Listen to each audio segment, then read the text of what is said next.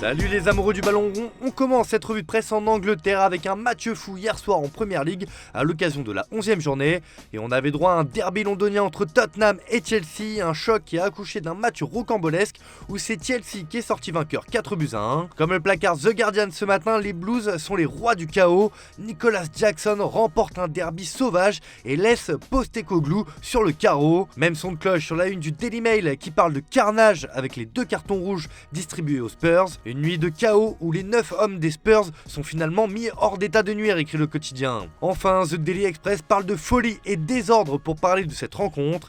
Des Spurs kamikazes se font expulser et Jackson réalise un triplé pour les Blues, résume ainsi le tabloïd.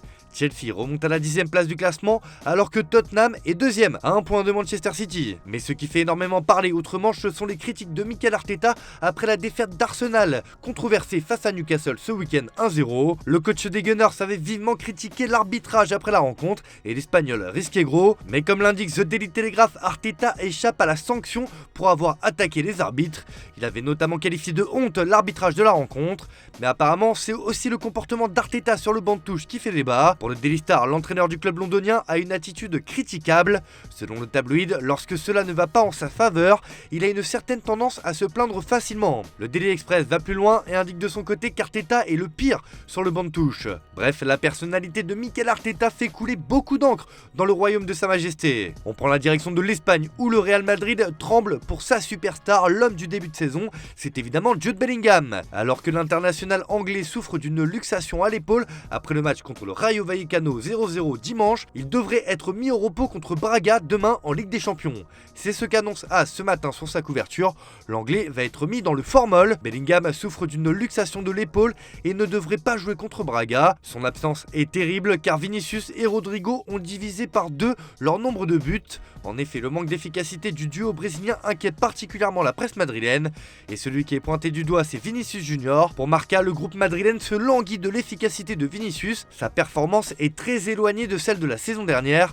Il doit redevenir le facteur X du club merengue en attaque qui ne doit pas dépendre uniquement de Bellingham qui porte l'équipe depuis le début de saison. Le quotidien local met en avant aussi l'autre club de Madrid, l'Atlético, qui n'a pas le droit à l'erreur ce soir contre le Celtic. Échec interdit, une défaite face aux Écossais compliquerait la qualification pour les 8e de finale. Ils chercheront à obtenir leur 16e victoire consécutive au Wanda Metropolitano pour oublier Las Palmas, écrit le quotidien. Au FC Barcelone aussi, on vise une qualification pour les 8e de finale de la Ligue des Champions. C'est ce qu'annonce Sport sur sa une. Le Barça vise une qualification dès ce soir contre le Shakhtar. Les Blaugrana ont 3 points d'avance sur le FC Porto au classement et une victoire ce soir permettrait aux joueurs de Xavi de voir sereinement la suite de la compétition. Et le Barça peut compter sur Jules Koundé. Le quotidien rapporte dans ses pages intérieures que le défenseur français ouvre la porte pour jouer latéral droit. Je suis content parce que je joue finalement à mon poste. La saison dernière, j'ai joué pas mal de matchs en tant que latéral droit. Je suis toujours à la disposition du coach. C'est vrai qu'on a eu une discussion à la fin de la saison dernière parce que je voulais jouer au poste où je me sens le mieux et où je peux apporter le plus à l'équipe. Le coach sait très bien que je serai toujours à sa disposition. Je ne refuserai jamais de jouer latéral droit. Le message est passé. Allez, on file en Italie avec le choc de ce soir en Ligue des Champions entre l'AC Milan et le Paris Saint-Germain. Et un homme fait trembler le club milanais, c'est bien évidemment Kylian Mbappé.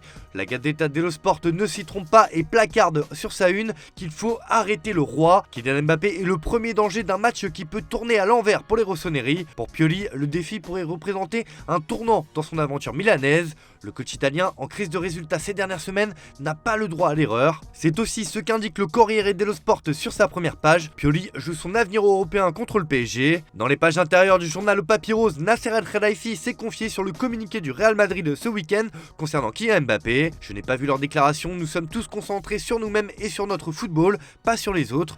Kylian continue d'accomplir de grandes choses et peut-être que les gens le prennent pour acquis, mais personne n'a joué 2 finales de Coupe du Monde et même marqué un triplé. Je le répète, Kylian est le meilleur au monde, c'est formidable de le voir à la tête du PSG et de la France. Il a un effet positif sur nos jeunes, il nous aide à construire notre avenir. Voilà qui est dit. On termine ce tour de la presse en France avec en ligne de mire ce choc entre le PSG et l'AC Milan. Avant cette rencontre, Ousmane Dembélé a livré une longue interview au journal L'Équipe.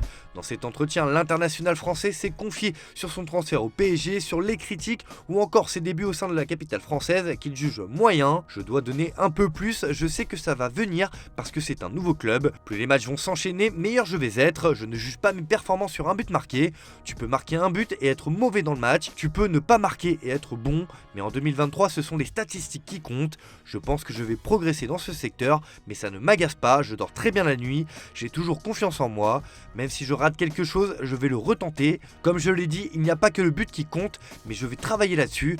On me dit souvent que j'utilise la force quand je suis devant le but. Je pense que c'est parce que j'ai moins de lucidité, parce que je pars de loin quand j'essaie d'éliminer un ou deux joueurs. De son côté, le journal Le Parisien nous livre une interview de Lucas Hernandez, qui a confié que Kylian Mbappé avait joué un rôle majeur dans son arrivée au PSG. Enfin, information de dernière minute, grosse nuit de tension à Milan entre les supporters rossoneri et parisiens. La nuit d'hier a été marquée par de violents affrontements dans la cité lombarde. Tout était planifié, une vendetta après les échauffourées à Paris, écrit d'ailleurs le Corriere della Sera. Ce matin, le quotidien italien relayait d'ailleurs les affrontements survenus dans le quartier des Navigli. Des ultras milanais ont chargé les Parisiens et un supporter rouge et bleu a été victime de 2 coups de couteau. Une cinquantaine d'individus masqués et cagoulés ont fondu sur les Parisiens. Et ce n'est pas tout, des affrontements se seraient également produits entre supporters du PSG et la police.